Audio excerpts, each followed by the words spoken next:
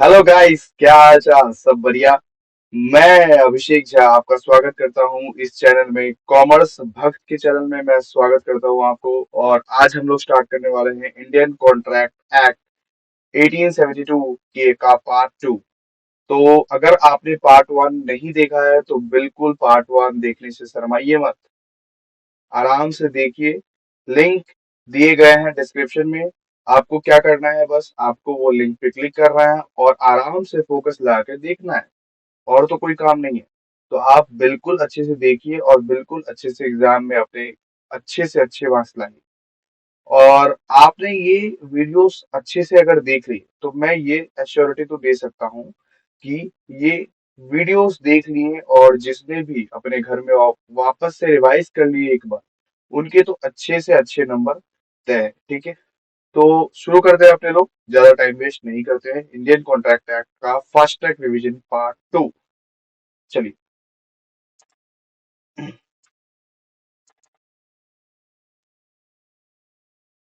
यहाँ हमने छोड़ा था, यहीं से हमने वापस स्टार्ट करना है।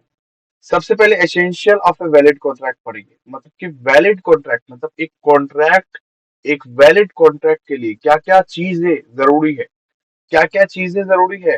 एक वैलिड कॉन्ट्रैक्ट के लिए क्या क्या चीजें जरूरी है। वैलिड कॉन्ट्रैक्ट कब माना जाता है? जब एक एग्रीमेंट इन्फोर्सेबल बाय लॉ है, इसको कॉन्ट्रैक्ट बोला जाता है। An agreement in order to enforceable must have certain elements। तो कुछ कुछ एलिमेंट्स रहना चाहिए जिससे वो कॉन्ट्रैक्ट वैलिड माना जाएगा। जो क्या क्या ऐसा एलिमेंट रहना चाहिए जो वो कॉन्ट्रैक्ट वैलिड माना जाएगा, सबसे पहले पढ़ते हैं। Proper offer and proper acceptance. सबसे पहले तो प्रॉपरली आप जिसके साथ कॉन्ट्रैक्ट करने वाले हैं उसको ऑफर दो, और वो प्रॉपरली एक्सेप्ट कर रहा है, तब जाके वो वैलिड कॉन्ट्रैक्ट माना जाएगा, वरना तो वो वॉइड हो जाएगा ना, बिल्कुल। दूसरा, intention to create legal relationship. Intention to create legal relationship, एकदम रिलेशनशिप, लीगल रिलेशनशिप क्रिएट करने की इंटेंशन हो, लीगल रिलेशनशिप क्रिएट करने की इंटेंशन हो। फ्री कंसेंट, मैंने समझाया था। फ्री कंसेंट मतलब कि कोई दबाव में आके, मतलब कोई आपके दबाव में आके या आप किसी के दबाव में आके कॉन्ट्रैक्ट को साइन नहीं कर रहे हैं, कॉन्ट्रैक्ट को साइन नहीं कर रहे हैं। किसी के दबाव में कोई भी पार्टी, या तो एक ऑफर, या तो एक्सेप्ट करने वाला, या तो ऑफरर, या तो कोई एक्सेप्ट करने वाला, कोई भी किसी के दबाव में नहीं आके, प्रेशर में नहीं आके जब कॉन्ट्रैक्ट बनाता है उसको बोलते हैं फ्री कंसेंट। मतलब कि हम कोई दबाव में नहीं थे, तब हमने ये एग्रीमेंट साइन किया था और वो कॉन्ट्रैक्ट बन गया था। ठीक है, उसके बाद capacity of party to a contract. Capacity of party to a contract मतलब क्या होता है पता है? अगर जो party disqualified by the law नहीं है, मतलब जिसको लॉ ने डिस्क्वालीफाई नहीं, अगर मान लो कि एक पार्टी को डिस्क्वालीफाई कर दिया है लॉ ने, मतलब कोर्ट ने अगर किसी पार्टी को डिस्क्वालीफाई कर दिया कि आप जिंदगी भर कॉन्ट्रैक्ट नहीं बना सकते, या तो कोई ऐसा पर्सन है जिसको मतलब ये डिस्क्वालीफाइड किया हुआ है कि ये आदमी लोग कॉन्ट्रैक्ट नहीं बना सकता, या ये आदमी लोग एग्रीमेंट पे साइन नहीं कर सकता, तो बिल्कुल वो लोग कॉन्ट्रैक्ट नहीं कर सकते आपस में, है ना। तो कैपेसिटी भी रहना चाहिए, कैपेसिटी भी रहना चाहिए। उसके बाद लॉफुल कंसिडरेशन रहना चाहिए। कंसिडरेशन मतलब एक चीज के बदले दूसरे चीज, समथिंग इन रिटर्न। कंसिडरेशन मतलब क्या हुआ? समथिंग इन रिटर्न, मतलब कि मैं अगर कोई चीज परफॉर्म कर रहा हूँ तो दूसरा मेरे को उसके बदले में कुछ पैसा देगा, या कुछ मॉनेटरी टर्म्स में, या कुछ गुड्स के टर्म्स में, मतलब कुछ ना कुछ मेरे को रिटर्न्स देगा। तो वो भी लॉफुल होना चाहिए। मतलब वो मेरे से काम करवा लिया और बदले में बदले में वो पैसा अगर नहीं दिया तो वो तो गलत हो जाएगा ना। लॉफुल ऑब्जेक्ट भी रहना चाहिए। ठीक है, agreement not expressly declared void. तो एग्रीमेंट शुरुआत से ही वॉइड बिल्कुल भी नहीं होना चाहिए। ठीक है, उसके बाद certainty of meaning. Certainty of meaning मतलब सर्टेन रहना चाहिए, अनसर्टेन नहीं। मतलब कि होने की संभावना होना चाहिए, होने की संभावना होना चाहिए। एकदम इम्पॉसिबल इवेंट अगर करेंगे तब तो वो कॉन्ट्रैक्ट कहलाएगा ही नहीं। जो चीज इम्पॉसिबल है वो चीज कॉन्ट्रैक्ट कहलाएगा ही नहीं ना। तो सर्टेनिटी तो रहना ही चाहिए बिल्कुल। उसके बाद पॉसिबिलिटी ऑफ परफॉर्मेंस, मतलब कि परफॉर्मेंस करने की पॉसिबिलिटी, पॉसिबिलिटी रहना चाहिए कि हम परफॉर्म कर पाए वो कॉन्ट्रैक्ट को, हम परफॉर्म कर पाए वो कॉन्ट्रैक्ट को, ऐसा कुछ होना चाहिए। ठीक है, ऐसा कुछ होना चाहिए, पॉसिबिलिटी ऑफ परफॉर्मेंस। उसके बाद लीगल फॉर्मेलिटीज तो बिल्कुल हर कॉन्ट्रैक्ट में रहता है। तो ये सब सारे एलिमेंट्स जो है ये एसेंशियल ऑफ वैलिड कॉन्ट्रैक्ट माने जाते हैं। एसेंशियल ऑफ वैलिड कॉन्ट्रैक्ट माने जाते हैं। एसेंशियल ऑफ वैलिड कॉन्ट्रैक्ट में ये सब सारी चीजें हमको चाहिए, तभी एक कॉन्ट्रैक्ट वैलिड माना जाएगा, तभी ये कॉन्ट्रैक्ट वैलिड माना जाएगा। एमसीक्यू के लिए ये सब बहुत इंपॉर्टेंट है, बिल्कुल अच्छे से पढ़िए, है ना। Proper offer and proper acceptance मतलब क्या हो गया, वापस से हम लोग मतलब वापस से हम लोग डिस्कस करते हैं अच्छे से। Proper offer and proper acceptance मतलब हो गया कि हर ऑफर को, ऑब्वियसली ऑफर हमें क्या करना पड़ेगा, प्रॉपरली देना पड़ेगा, एंड एक्सेप्टेंस हमें प्रॉपरली रिसीव करना पड़ेगा, तभी वो वैलिड कॉन्ट्रैक्ट कहलाएगा। Intention to create legal relationship मतलब कि लीगल रिलेशनशिप क्रिएट करने की एक कोशिश रहनी चाहिए। लीगल रिलेशनशिप क्रिएट करने की एक कोशिश रहनी चाहिए, जैसे कि एक सोशल एंड डोमेस्टिक एग्रीमेंट्स को कॉन्ट्रैक्ट का रूप हम लोग नहीं दे सकते हैं, लेकिन एक लीगल रिलेशनशिप वाले कॉन्ट्रैक्ट्स को हम लोग ऑब्वियसली लीगल बोल सकते हैं, है ना। चलिए, फ्री कंसेंट रहना चाहिए मतलब कि कोई किसी के दबाव में आके, कोई किसी के दबाव में आके ये काम नहीं कर रहा है। फ्री कंसेंट के ऊपर हमारे पास बहुत बड़ा टॉपिक आने वाला है, उसमें सारे हम लोग डिटेल्स में कवर करेंगे, ठीक है, डिटेल्स में कवर करेंगे। फ्री कंसेंट मतलब अभी के लिए फिलहाल आप ये समझ लीजिए कि कोई भी पार्टी किसी के दबाव में अगर कॉन्ट्रैक्ट कर रहा है तो वो कॉन्ट्रैक्ट वैलिड नहीं माना जाएगा। तो फ्री कंसेंट रहना चाहिए। फ्री कंसेंट मतलब कि कोई भी किसी के दबाव में नहीं आगे कॉन्ट्रैक्ट कर रहा है तो उसको वैलिड तो माना ही जाएगा, क्योंकि हम किसी के दबाव में आके, हम अपने हम अपने पार्टी हम अपने जिसके साथ कॉन्ट्रैक्ट कर रहे हैं उसका दबाव में आके हम क्या कर रहे हैं, हम उसके दबाव में आके नहीं कर रहे हैं, ठीक है, तो उसको ऑब्वियसली फ्री कंसेंट बोला गया। उसके बाद capacity of party. Capacity of party मतलब कि वो माइंड से कैपेबल हो, मतलब वो कॉन्ट्रैक्ट करने के लिए कैपेबल हो सकता है कि पार्टी माइनर है, हो सकता है पार्टी का अभी सिर्फ 15 साल है, हो सकता है पार्टी ऑब्वियसली कोई बहुत बड़ा क्रिमिनल है जिसको कॉन्ट्रैक्ट करने से कोर्ट ने डिसअलाउड कर दिया है, हो सकता है पार्टी थोड़ा सा ऑब्वियसली ये मतलब ये पागल है जो कॉन्ट्रैक्ट नहीं कर सकता है, जिसको इजाजत नहीं है कोर्ट की तरफ से, है ना। तो वो लोग ऑब्वियसली मतलब कॉन्ट्रैक्ट करने के लिए कैपेबल होना चाहिए, पर्सन्स को कैपेबल होना चाहिए। अगर पर्सन कैपेबल नहीं है तो वो कॉन्ट्रैक्ट नहीं कर सकता, क्योंकि उसका गलत फायदा उठा सकते हैं ना, उसका गलत फायदा उठा सकते हैं ना कॉन्ट्रैक्ट कराने वाला। लॉफुल कंसिडरेशन होना चाहिए, मतलब कंसिडरेशन मतलब हमने क्या समझाया था, समथिंग इन रिटर्न। हर चीज का समथिंग इन रिटर्न होना चाहिए, मतलब मैं कुछ अगर सर्विसेज दे रहा हूँ तो बदले में मेरे को कुछ मिलना चाहिए, बदले में मेरे को कुछ पैसा मिलना चाहिए, या तो कुछ उस पैसे का वैल्यू जैसे ही कुछ ऐसे वैल्यू मेरे को मिलना चाहिए, है ना। तो समथिंग इन रिटर्न तो हमेशा रहना चाहिए, समथिंग इन रिटर्न तो हमेशा रहना चाहिए, उसी को बोलते हैं लॉफुल कंसिडरेशन। मतलब कि लॉ के नजरिए से कम भी देने से नहीं होगा, लेकिन लॉ के नजरिए से जो भी उसका कंसिडरेशन बनता है उसको देना पड़ेगा उसका पैसा, ठीक है। चलिए, लॉफुल ऑब्जेक्ट रहना चाहिए, मतलब किडनैप करने का बिजनेस कर रहे हैं, किडनैप करने का कॉन्ट्रैक्ट कर रहे हैं, ये कॉन्ट्रैक्ट क्या कोई अच्छा कॉन्ट्रैक्ट है, नहीं है ना कोई अच्छा कॉन्ट्रैक्ट। तो लॉफुल ऑब्जेक्ट तो बिल्कुल रहना चाहिए। लॉफुल ऑब्जेक्ट जो नहीं रहेगा, जो अनलॉफुल ऑब्जेक्ट है, जो इनलीगल ऑब्जेक्ट है, उसको तो बिल्कुल वॉइड करार दे दिया जाएगा। लॉफुल ऑब्जेक्ट क्या रहता है, जो हम लोग ऑब्वियसली लॉ के दायरे में रह के सरकार को मानकर हम अपने कंट्री का, ऑब्वियसली कंट्री का सम्मान में रख के हम जो जो काम करते हैं उसको लॉफुल ऑब्जेक्ट बोलता है, ठीक है। Agreement not expressly declared void. तो agreement not expressly declared void. So, void agreement, the agreement must not have been expressly declared void under Contract Act. तो सबसे पहले ही void बिगिनिंग में नहीं डिक्लेयर करने से, ऑब्वियसली बहुत सारा कॉन्ट्रैक्ट क्या होता है जो बिगिनिंग में ही void डिक्लेयर कर दिया जाता है, लेकिन ऐसे ऐसे एग्रीमेंट्स का कोई काम नहीं है, वही बोला गया इधर, है ना। उसके बाद सर्टेनिटी ऑफ मीनिंग। अरे कॉन्ट्रैक्ट सर्टेन होना चाहिए, ऐसा कॉन्ट्रैक्ट नहीं होना चाहिए। अब मान लो कुछ ऐसा कॉन्ट्रैक्ट है, मिस्टर ए ने मिस्टर बी को बोला कि तुम आग पे चलोगे, तुम आग पे चलोगे तभी हम तुमको इतना पैसा देगा, तुम आग पे चलोगे तभी हम तुमको ये 5 लाख रुपए देगा। मतलब शर्त रखा गया था कि कॉन्ट्रैक्ट कॉन्ट्रैक्ट एकदम साइन कर लिया गया है कि मिस्टर बी अगर आग पे चलेगा, आग पे अग्नि परीक्षा देगा और आग पे चल के ऑब्वियसली निकल आएगा, तभी मिस्टर ए उसको 5 लाख रुपए देगा। तो ये सब तो गलत बात है ना, इसका तो कुछ अस्तित्व ही नहीं है, ये कॉन्ट्रैक्ट कैसे करे, ये कॉन्ट्रैक्ट तो ऑब्वियसली सर्टेन ही नहीं है ना।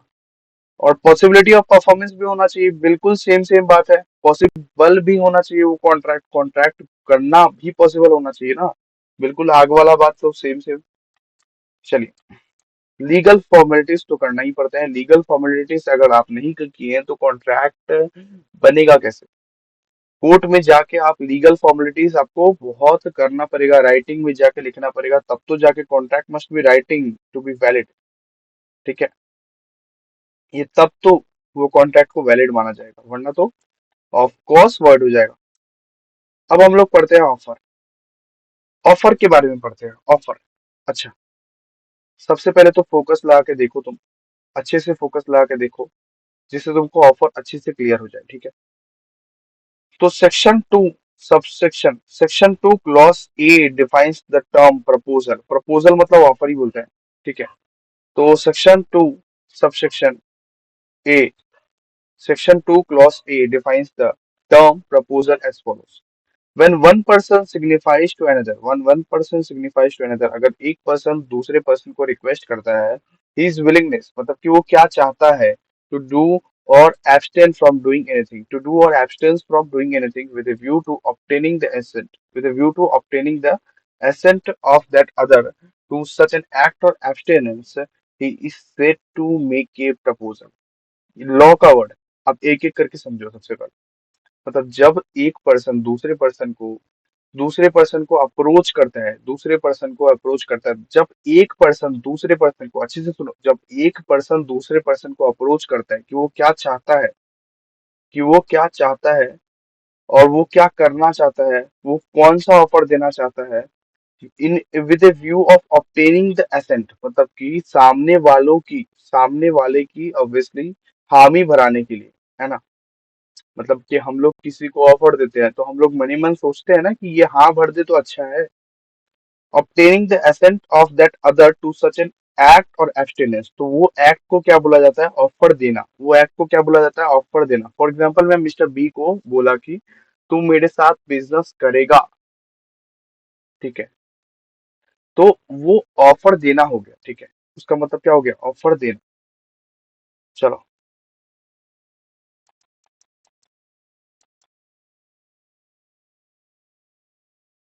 The person making the offer, जो पर्सन ऑफर को बनाता है, जो पर्सन ऑफर को बनाता है उसको उसको क्या बोलते हैं, ऑफरर। जो पर्सन ऑफर को बनाता है उसको क्या बोलते हैं, ऑफरर और द प्रोमिसर। और जो पर्सन उसे एक्सेप्ट करता है उसे उसे क्या बोलते हैं, एक्सेप्टर। मतलब मैंने मिस्टर बी को ऑफर दिया और मिस्टर बी ने एक्सेप्ट कर लिया, तो मेरे को क्या कहलाएगा, मेरे को कहलाएगा ऑफरर एंड मिस्टर बी को कहलाएगा एक्सेप्टर। अब देखो यहाँ पे एग्जाम्पल पढ़ते हैं। Ram offers to sell his scooter. Ram offers to sell his scooter to Prem for rupees 10,000। ठीक है, राम क्या ऑफर किया प्रेम को कि प्रेम प्रेम प्रेम मेरे से स्कूटर, मेरा स्कूटर एक है, उसको मैं बेच रहा हूँ, तुम खरीद लो। ठीक है, मैं तुम्हें बस 10,000 रुपए लूंगा, तो ये ऑफर करना हुआ। अब ये सारा का सारा गेम प्रेम पे है कि वो ये चीज को एक्सेप्ट करता है कि नहीं करता है, वो चीज को एक्सेप्ट करता है कि नहीं करता है। ठीक है, तो राम इस केस में कौन क्या हो गया, राम इस केस में ऑफरर हो गया, प्रेम इस केस में ऑफरी हो गया, मतलब ऑफरी भी बोला जाता है। ठीक है, ऑफरी भी बोला जाता है, ऑफरी मतलब क्या हो गया, ऑफरी। ऑफरी मतलब जिसको हम लोग ऑफर किए हैं, जिसको हम लोग ऑफर किए हैं। राम क्या हो गया, ऑफर, एंड प्रेम क्या हो गया, ऑफरी। और जब ऑफरी वो ऑफर को एक्सेप्ट कर लेगा तो उसको क्या बोलेगा, एक्सेप्टर। क्या बोलेगा तुम, एक्सेप्टर। ठीक है, चलो, अब बहुत हो गया इस बारे में चर्चा। आई होप तुम लोग बहुत अच्छे से समझ गए हो। चलो, सबसे पहले आप पढ़ते हैं एक्सप्रेस और इम्प्लाइड ऑफर। एक्सप्रेस ऑफर क्या होता है, when an offer is made by word, when an offer is made by word, spoken, या तो स्पोकन है या तो रिटन है। ऑफर कभी भी इशारे में नहीं होता है। ठीक है, इशारे में होता है तो उसको क्या बोलते हैं, इम्प्लाइड ऑफर। चलो, तो when an offer is made by word, spoken और written, it is termed as express offer. ठीक है, जब कोई लिखित रूप में या तो लिखित रूप में या तो स्पोकन वर्ड में अगर बोला गया है, या तो स्पोकन वर्ड में या तो राइटिंग में बोल दिया गया है एक चीज को, तो उसको क्या बोलते हैं? Express offer. ऑलरेडी लिख दिया है या ऑलरेडी बोल दिया है, ऑफरर ऑलरेडी बोल दिया है या तो ऑफरर ऑलरेडी लिख दिया है उस चीज को बारे में, ऑलरेडी इंफॉर्मेशन दे दिया गया है, तो उसको क्या बोलते हैं? Express offer. क्या बोलते हैं? Express offer. चलो, इम्प्लाइड ऑफर मतलब कि कभी कभी क्या होता है, कभी कभी हमें खुद समझ जाना पड़ता है कि ऑफरर क्या बोलना चाहता है। It is an offerer which is not made by word spoken और written. An implied offer is one which is inferred from the conduct of the person or the circumstances of a particular case, circumstances of the particular case। जैसे कि example अगर मैं बोलूं, implied offer में सबसे पहले मैं बोलूं, इम्प्लाइड ऑफर में खुद समझ जाना पड़ता है, खुद एज्यूम करना चाहता, कर लिया जाता है कोई कोई सर्कमस्टेंसेस में कि ऑफरर मेरे से क्या बोलना चाहता है। इम्प्लाइड ऑफर मतलब बोला या लिखा कहीं पे नहीं जाता, ठीक है? कोई लिख के या कोई बोल के नहीं देगा, कॉमन सेंस लगाना पड़ेगा, ठीक है? अब देखो, एग्जाम्पल के लिए देखो,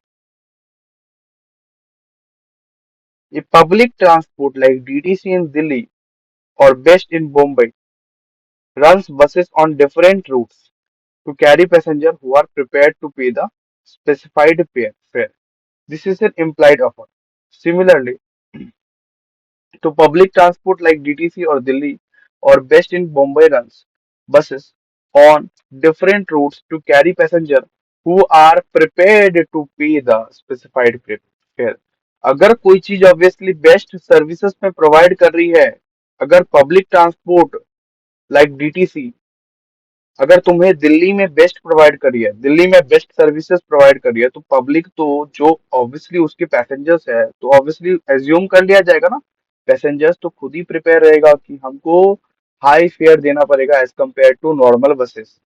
हमको हाई फेयर, इस बस में उठते ही हमको हाई फेयर देना पड़ेगा as compare to normal buses. ये तो वही बात हो गया ना कि तुम अगर मान लो नॉर्मली ट्रेन से विजिट कर रहे हो, तुम नॉर्मली ट्रेन से विजिट कर रहे हो, तो तुम जो फेयर दे रहे हो, तो तुम अगर एक दिन अचानक से फ्लाइट में विजिट करने लगे, तो तुम ये सोच रहे हो कि ट्रेन का जो फेयर है वही फ्लाइट का फेयर रहेगा।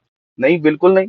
फ्लाइट का फेयर तुमको ऑलरेडी एज्यूम कर लिया जाएगा कि ऑब्वियसली फ्लाइट का फेयर हाई ही रहेगा ट्रेन से, क्योंकि तुमको उड़ा के लेके जा रहा है और ऑब्वियसली कन्वीनियंट टाइम में लेके जा रहा है, ठीक है? तो इसको ही बोलते हैं इम्प्लाइड ऑफर, कि इसमें बोला या लिखा नहीं जाता, इसमें लोगों को, इसमें ऑफरी को खुद ही समझ जाना पड़ता है, इसमें ये इम्प्लाइड रहता है ये चीज, कि अगर कुछ चीज बेस्ट हमको प्रोवाइड किया जा रहा है, तो कुछ चीज अगर हमको बेस्ट प्रोवाइड किया जा रहा है या कुछ सर्विसेज हमको बेस्ट प्रोवाइड किया जा रहा है, तो वो इम्प्लाइड है। उसके लिए हमें प्रिपेयर रहना चाहिए, ऑलरेडी प्रिपेयर रहना चाहिए कि बेस्ट प्रोवाइड किया जा रहा है, तो हो सकता है कि हमें हमें ज्यादा फेयर देना पड़ेगा as compare to normal buses. और दूसरा एग्जांपल, कूली वाला जो एग्जांपल दिए थे, याद है? कूली वाला जो एग्जांपल दिए थे, अगर मान लो एक ट्रेन स्टेशन में तुम उतरे, अचानक से एक कूली आया, अचानक से कूली आके और बहुत सारे लगेज उठा के लेके गए, बहुत सारे लगेज उठा के लेके गए, तो तुम क्या करोगे? लगेज वगेज उठा के लेके गए और तुम उनको जाने दिया, उनको तुम्हारे साथ जाने दिया, और वो तुम्हारे लगेज को गेट पे तुम्हारा छोड़ दिया, ऑब्वियसली टैक्सी के पास तुम्हारे लगेज को छोड़ दिया, तुम्हारे टैक्सी के पास। तो ये ऑफ कोर्स ये इम्प्लाइड बनता है, तुमने उनको जाने दिया, तुमने उनको लगेज उठा के जाने दिया, तुमने उनको अपने सामान उठा के जाने दिया, तुमने उनको रोका नहीं, इसीलिए ये इम्प्लाइड कहलाएगा और तुमको उनका फेयर देना पड़ेगा, तुमको उनका प्राइस देना पड़ेगा, हालांकि वो नहीं मांगे हैं कुछ, फिर भी उनको देना पड़ेगा, बिकॉज ये इम्प्लाइड बन चुका है, ठीक है? क्योंकि तुमने रोका नहीं उनको। चलो, जनरल एंड स्पेसिफिक ऑफर पढ़ते हैं। जनरल एंड स्पेसिफिक ऑफर पढ़ते हैं। ऑफर के टाइप्स रहते हैं, ठीक है? ऑफर के टाइप्स रहते हैं। ऑफर के पहला टाइप है जनरल और स्पेसिफिक ऑफर। जनरल और स्पेसिफिक ऑफर, तो इसके बारे में सबसे पहले पढ़ते हैं। एन ऑफर में बी जनरल और स्पेसिफिक। एन ऑफर में बी स्पेसिफिक और general when an offer is made to a definite person और a particular group of persons. मतलब कि जब एक ऑफर सिर्फ एक स्पेसिफिक पर्सन के लिए है, जब एक ऑफर सिर्फ एक स्पेसिफिक पर्सन के लिए है, मतलब कि मैंने ऑफर किया सिर्फ मिस्टर बी को, सिर्फ मिस्टर बी को, या एक पर्टिकुलर ग्रुप ऑफ पर्सन, सिर्फ या एक पर्टिकुलर ग्रुप ऑफ पर्सन, ठीक है? मान लो मैंने ऑफर किया सिर्फ मिस्टर बी को, तो उसको क्या बोलते हैं, जनरल और स्पेसिफिक ऑफर। मैंने स्पेसिफिकली मिस्टर बी को ही ऑफर किया है, मैंने स्पेसिफिकली मिस्टर बी को ही ऑफर किया है, ठीक है। मैंने स्पेसिफिकली मिस्टर बी को ही ऑफर किया है, तो it is known as specific offer and can be accepted only at the definite person of the groups, ठीक है। तो यहाँ पे बहुत अच्छा केस स्टडी है एक, बोल्टन वर्सेस जॉन्स, ठीक है, बोल्टन वर्सेस जॉन्स। तो इसमें क्या होता है, a offered to buy certain goods from B at a certain price, ठीक है। This offer is made to a definite person B, this offer to made to a definite person B, मतलब कि ए ने किसको ऑफर किया, ए ने B को offer किया कि तुम मेरा गुड्स बाई कर लो, तुम मेरा गुड्स बाई कर लो सर्टेन प्राइस, कुछ एक प्राइस में। This offer is made to a definite person B, मतलब कि बी को ही सिर्फ ऑफर किया गया, हाँ ठीक है। Therefore, if goods are supplied by P, therefore if goods are supplied by P, it will not give rise to a valid contract। मतलब if goods are supplied by P, अगर P ने B को supply किया तो ये valid contract नहीं मानेगा, ये वैलिड कॉन्ट्रैक्ट नहीं रहेगा, बिकॉज ये वैलिड कॉन्ट्रैक्ट नहीं रहेगा, बिकॉज क्यों नहीं रहेगा बोलो, क्योंकि ऑफर तो ए ने किया है, बी को ऑफ किया है, ऑफ कोर्स ऑफर तो ए ने बी को किया है, तो पी कहाँ से आ गया, पी ने अगर बी को सप्लाई कर दिया डायरेक्टली, तब ये ऑफर वैलिड नहीं रहेगा, है ना। और एक केस स्टडी है, for example B issues a public advertisement to the effect that he would pay ₹100 to anyone who brings back his missing dog. This is a general offer, and any member of the public can accept and cede offer by finding the lost dog. तो सबसे पहले क्या होगा, एक poster लगाया गया, ठीक है, एक आदमी का एक कुत्ता खो गया, एक आदमी का एक डॉग खो गया, और ऑब्वियसली उसने एक पोस्टर लगाया, ठीक है। उसने हर जगह, उसका तो डॉग बहुत ज्यादा प्यारा था, उसने हर जगह वो पोस्टर्स लगा दिए, हर जगह उसने वो पोस्टर्स लगा दिए, और एडवर्टाइजमेंट क्या, कि जो कोई भी मेरे डॉगी को खोज के लाएगा, जो कोई भी मेरे डॉगी को खोज के लाएगा, उसे मैं इनाम दूंगा, उसे मैं रिवॉर्ड दूंगा। तो ये भी एक स्पेसिफिक ऑफर कहलाएगा, ये भी एक जनरल ऑफर कहलाएगा, क्योंकि एक स्पेसिफिक पर्सन ही उनको देखेंगे उस पोस्टर्स को, है ना। अब मान लो एक मिस्टर सी, जो कि वो बिना पोस्टर पढ़ के ही, बिना पोस्टर पढ़ के ही, पोस्टर वोस्टर उसने कुछ नहीं पढ़ा, अचानक से एक मिस्टर सी एक बहुत भला इंसान था, बहुत नेक इंसान था, अचानक से वो घर छोड़ने आ ही रहा था, ठीक है, कुत्ते को, क्योंकि वो ऑलरेडी बहुत भला इंसान था, उनको कुछ रिवॉर्ड रिवॉर्ड चाहिए नहीं था। अचानक से उसने एक पोस्टर देखा, अरे इस अरे इस डॉगी पे तो रिवॉर्ड है, इस डॉगी पे तो रिवॉर्ड है, तो मिस्टर सी को ऑब्वियसली लालच आया, और वो फिर गए मिस्टर ए के पास। देखिए, मतलब मिस्टर ए को तो पता पता चल गया, मिस्टर ए को तो पता चल गया कि मिस्टर सी को ऑब्वियसली बाद में पता चला है कि रिवॉर्ड है इस कुत्ते पे। तो ऑब्वियसली मिस्टर सी क्या किया, मिस्टर ए क्या किया, इसके बाद मिस्टर ए ने उनको रिवॉर्ड नहीं दिया, क्योंकि ये सिर्फ जनरल ऑफर था, ये सिर्फ स्पेसिफिक ऑफर था, जिनको उस पोस्टर के बारे में पता है उन्हीं को रिवॉर्ड मिलेगा, जिनको उस पोस्टर के बारे में पता है उन्हीं को रिवॉर्ड मिलेगा। हालांकि वो मिस्टर सी को बाद में पता चला, मिस्टर सी को एकदम लास्ट में पता चला जब मिस्टर ए के पास डॉग आ गया था, जब मिस्टर ए के पास डॉग आ गया था, इसी के लिए उनको जनरल ऑफर था, इसलिए उनको रिवॉर्ड नहीं मिला, क्योंकि उनको पता नहीं था इस चीज के बारे में, ठीक है। चलिए, legal rules of a valid offer, मतलब ऑफर के लीगल रूल्स क्या है, ऑफर के रूल्स क्या है, बहुत सारे रूल्स को मेंटेन करने पड़ते हैं। ऑफर एक देने के लिए बहुत सारे रूल्स तुमको मेंटेन करने पड़ेंगे। लीगल रूल्स क्या है, सबसे पहले पढ़ते हैं। Offer must intend to create legal relation, तो सबसे पहले तो offer must intend to create a legal relation, तो ऑफर एक प्रॉमिस टाइप का हुआ, एक प्रॉमिस, एक वादा कि हम लीगल रिलेशन मेंटेन करेंगे, हम कभी अपने आप को या तो आपस में कभी धोखाधड़ी नहीं करेंगे, और लीगल रिलेशन मेंटेन करेंगे, है ना। तो जितने भी लॉ के दायरे वाला चीज है, उसको ऑब्वियसली इन लोगों को मेंटेन करना पड़ता है। उसके बाद उसके बाद क्या है? Terms of the offer must be certain, definite and not vague. Certain मतलब क्या हो गया? No contract can be formed if the terms of the offer are vague, loose और इनडेफिनेट। मतलब कि सर्टेन मतलब क्या? एक सर्टेनिटी रहना चाहिए, एक असलियत रहना चाहिए। कोई ऑब्वियसली तांत्रिक विद्या या तो ऑब्वियसली कुछ ऐसे अंधविश्वास टाइप का नहीं नहीं कुछ होना चाहिए। कुछ ऐसे अंधविश्वास टाइप का कुछ नहीं होना चाहिए जो रियल लाइफ में एग्जिस्ट ही नहीं करता, जो रियल लाइफ में एग्जिस्ट ही नहीं करता। डेफिनेट होना चाहिए एंड नॉट वेग होना चाहिए, सिंपल। ठीक है, चलिए पढ़ते हैं, आगे पढ़ते हैं। The offer must be distinguished from a mere declaration of intention, from a mere declaration of intention. मतलब कि ऑफर में ऑब्वियसली डिफरेंस होना चाहिए। Sometimes a person may make a statement without any intention to create a binding obligation, without any intention to create a binding obligation. मतलब अगर binding obligations को create करने का मेरा इंटेंशन ही नहीं है, तो वो ऑफर ऑब्वियसली डिस्टिंग्विश करेगा, वो ऑफर और दूसरे ऑफर में डिफरेंस रहेगा। Offer must be distinguish from the invitation to offer. Invitation to offer क्या होता है पता है? एक मॉल में गए तुम, ठीक है, एक मॉल में गए और वहां पे बहुत सारा गुड्स वो डिस्प्ले पे था, वहां पे बहुत सारा गुड्स डिस्प्ले पे था। तो डिस्प्ले पे रखा हुआ था, जस्ट वहां पे बहुत सारा गुड्स डिस्प्ले पे रखा हुआ था। तुमने तुमने क्या किया? तुमने उस दुकानदार को ऑब्वियसली बोला कि ये गुड्स मेरे को चाहिए। मतलब जो मॉल में बैठे हुए थे दुकानदार, तो उनको क्या बोला तुमने? ये पर्टिकुलर गुड्स मेरे को चाहिए। तो वो शॉपकीपर तुमको क्या क्या बोलते हैं कि ये, सॉरी सर, ये गुड्स बेचने वाले नहीं है, सॉरी सर, ये गुड्स बेचने वाले नहीं है।